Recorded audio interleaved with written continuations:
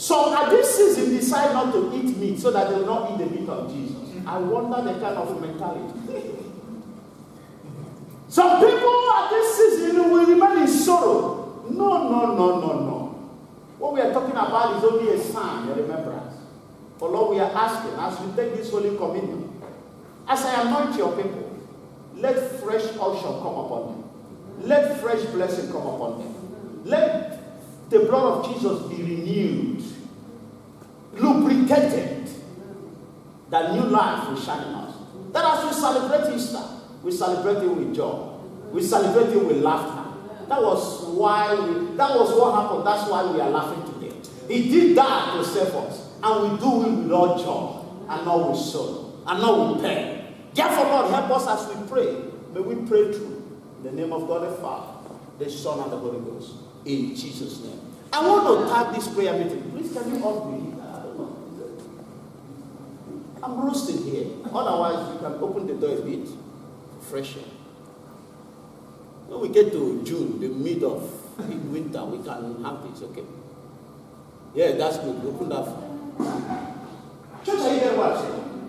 I want to start this prayer meeting. Do you know the title I want to give? God can't hear your tears. God can never hear your tears. He only hears your vow. Does that make sense? Yeah. From the day you become a Christian, it starts with a vow. And the Bible says you will be judged with your vows. You will be justified with your vows. You shall be condemned and blessed with your vows. If you believe in your heart and confess Jesus Christ as your Lord and personal Savior. What does that mean? Vow. He said, I have submitted to you. God doesn't hear your tears, He hears your vow. I've read through the scriptures. I've seen people cry. I've seen nations come together and weep. Israelites, Christians. And while they were crying, God was sipping his tea. Oh, what a good coffee. What are they doing there? Oh, God, they are crying. Let people cry. It's in this Bible. It's in the Bible. I can show you New Testament and Old Testament. New Testament is even more than 2. When the children of Israel, the Egyptians were come, He just delivered them, did so many miracles. The Bible said the children of Israel cried until they had no strength to cry again. God did not respond. But when Moses stood up, listen, when Moses stood up and said, do you see the Egyptians you are seeing today? You shall see them no more. Do you know what God said? Listen, people that cried, when they cried, the Bible said they cried until they had no strength to cry again. And God was still taking his coffee. Listen to what happened. And Moses came out now boldly and said, you see the Egyptians you are seeing today, you shall see them no more. Do you know what God did? God dropped his coffee. I said, who is crying? Read your Bible. Can somebody open it? Open it, let me show you. This Exodus 14, start from 13, start from 11. The children of Israel wept, murmured, cried. And God delivered. He was still sipping his coffee. What a built cappuccino. Is it latte or cappuccino? And they were crying. God was sipping. Continue, son. Exodus 14, verse 11. Just read that 14. Read 14. Where Moses intervened. 14, verse 14. 14. The Lord shall fight for you, and ye shall hold your peace. And the Lord said unto Moses, wherefore criest thou unto me? Are you hearing that? Yeah. Look at it. People that cried in verse 11, 12, 13. God did not listen to him. He was sipping his coffee. But when Moses stood and said, the Egyptian you see today, you shall see no. Why are you crying? God asked, who is crying? Moses, why are you crying? The cry that God hears is your faith. It's not, Oh, you don't, if you don't jump in Nigeria, jump and get gear 1. Gear 1 say, put it in gear 1. Put it in gear 2. Put it in gear 3. Put it in gear 4. Java knows how to drive. That's what you're missing for not being a Nigerian. Java with the money, so you are for glad. They cried, and God was still sipping his tea. I'm not hearing that. For without faith, it's impossible to please God. Anyone that comes to him must believe that he can save you from that problem, that he can deliver you, that that problem will not hurt you if you are my child. Why are you saying that I'm weak by crying? Why don't you come to me with joy? Why don't you come to me with thanksgiving? Don't you know when you cry, you are mocking me, you are saying I'm a liar? Don't you know when you cry, you are saying I'm impotent? You want to see another place they cried? They cried and cried. God didn't answer them. But immediately David said, where is the effort? And he went and said, God, shall I pursue? Shall he say, God answered, I said, without fear, go this way. People were crying, God did not respond. But immediately David said, I want to pursue them. I want to recover all. He said, that's my son. This topic, this prayer topic says God can never hear your tears. He only hears your vow. Jesus made a reference to the man we are going to use. He said, the coming of the Son of Man shall be like the day of Noah. The coming of the Son of Man shall be like the day of Noah. Let's use Noah's case. One of the things why he referenced Noah. Noah was in a big problem. Noah disobeyed Jonah, sorry. Yeah, he used Jonah. He said as the Son of Man was in the belly. As Jonah was in the belly of the fish for 3 days, so shall the Son of Man be. He used Noah, he used Jonah.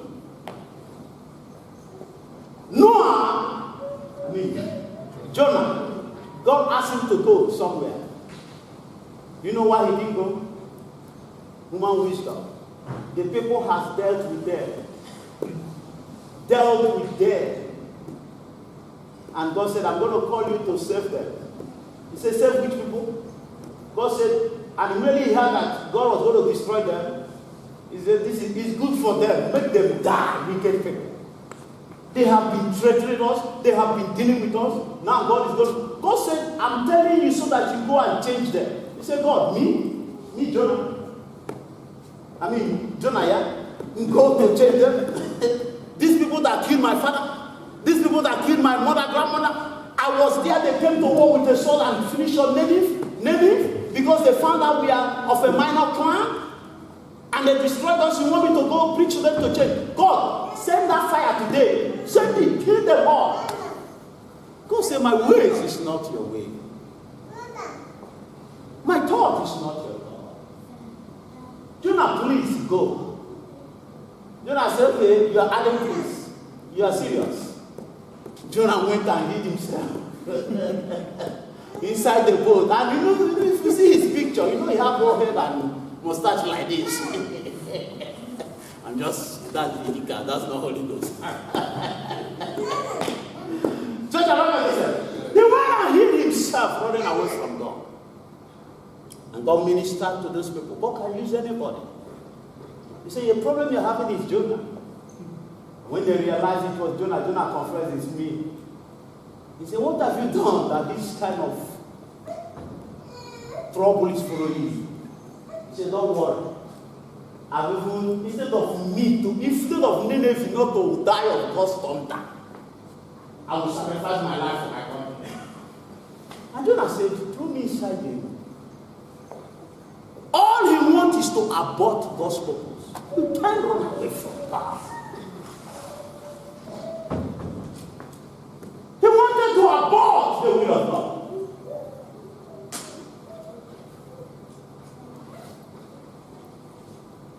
And Jonah was thrown into the river. And before he was, God has already called a well. Go and swallow him. He's going there whether he likes it or not. Don't play God. Don't play God. Let me tell you, if you decide in life not to play God, mark my word. If you decide in life, if you decide in this life, heaven knows I'm not lying, never to play God, you'll be the greatest person in your community. You'll be the richest person ever known in your community. Go and write it down. If you decide in your life never to play God, if you find out God doesn't like it, run away from it. Or at least show him that you can't help yourself, that he should help you. Run away from it. Watch your life. You don't need to pray about it. The secret of the Lord is with those that fear. The secret he will make known to men is with those that fear. The secret he will reveal to your community. The secret he will reveal to your family. The secret he will reveal to Australia is with those that fear him. The secret of the Lord is with those that fear him. Praise the Lord. Amen. Don't play God. And it happened that when Jonah decided to be liberated from the mouth of the fish, let's check the principle of his prayers. Let's check how he organizes prayer. Jonah chapter 2 verse 1. Can you read it? Then Jonah prayed unto who? The Lord. Church, I want to tell you, if you are here to pray prayer of tears, you are going home with empty bag. God will not answer one prayer. If I say pray, don't say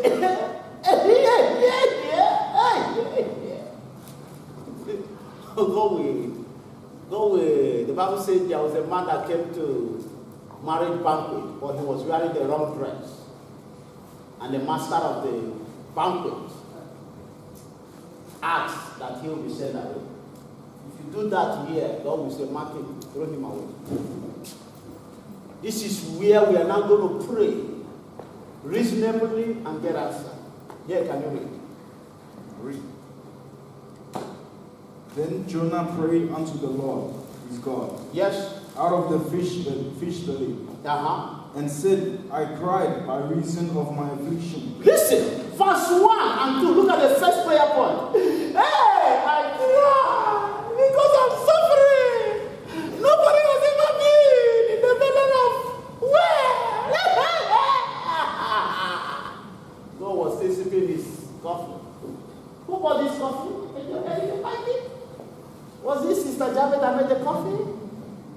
Or was it Sister Faith?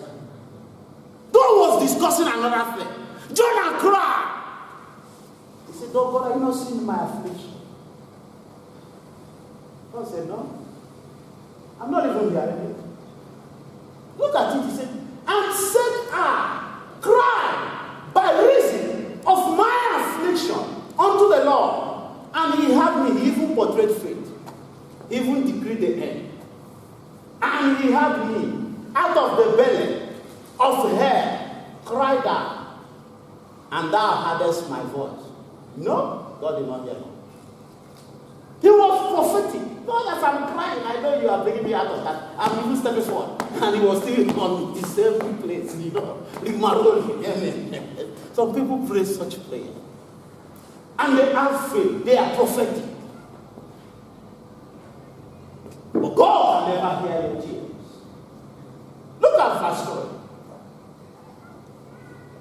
3. He came back again and said, for thou hast cast me into the deep, in the midst of the sea, and the flood compassed me about. All my billows and thy wave pass over me. He's explaining to God what he's passing through there. In the belly of the tongue. Then I say, I am cast out of their sight. Yet I will look again towards the holy temple. He said, God, I have repented. I will come to church. Another prayer point. What was the first one? cry for his affliction. Now, he's now promising God, I'll be going to church. I will be faithful to the meeting in the church. God did not hear him. You will see the difference. So many people are committed in the church, but not in the will of God. So many people are exerting their energies, thinking they are doing it for God, but they are wasting their time. It is called in Pastor Joseph grammar, nonsensical piece of critical nonsense. If not autoposum. I don't know what it means. Anything you understand, take it. I might be speaking in tongues. Don't you remember this? Look at it here. The first, God, don't you see my affliction? God, don't you see that even in this place I've gotten painful? God, don't you see that I'm smelling? They hear. Okay, God, if you bring me out, I will be faithful. You see, I will never leave that camera here. I will never leave the microphone. Every time I will just clean the chair. I will do everything. God said, no. He was still interested in what he was doing. We have to run.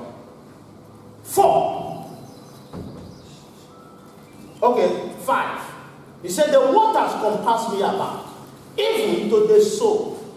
The dead closed me round about, and winds were wrapped about my head. He said, God, I did not see it. I know even in heaven we are seeing it. Look at inside the belly of the well.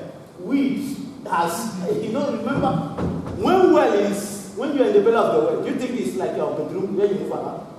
At least even one saliva will tie his hand and tie his leg. You just be like this. And he said, the vegetable the well ate is covering my head. Look at it here.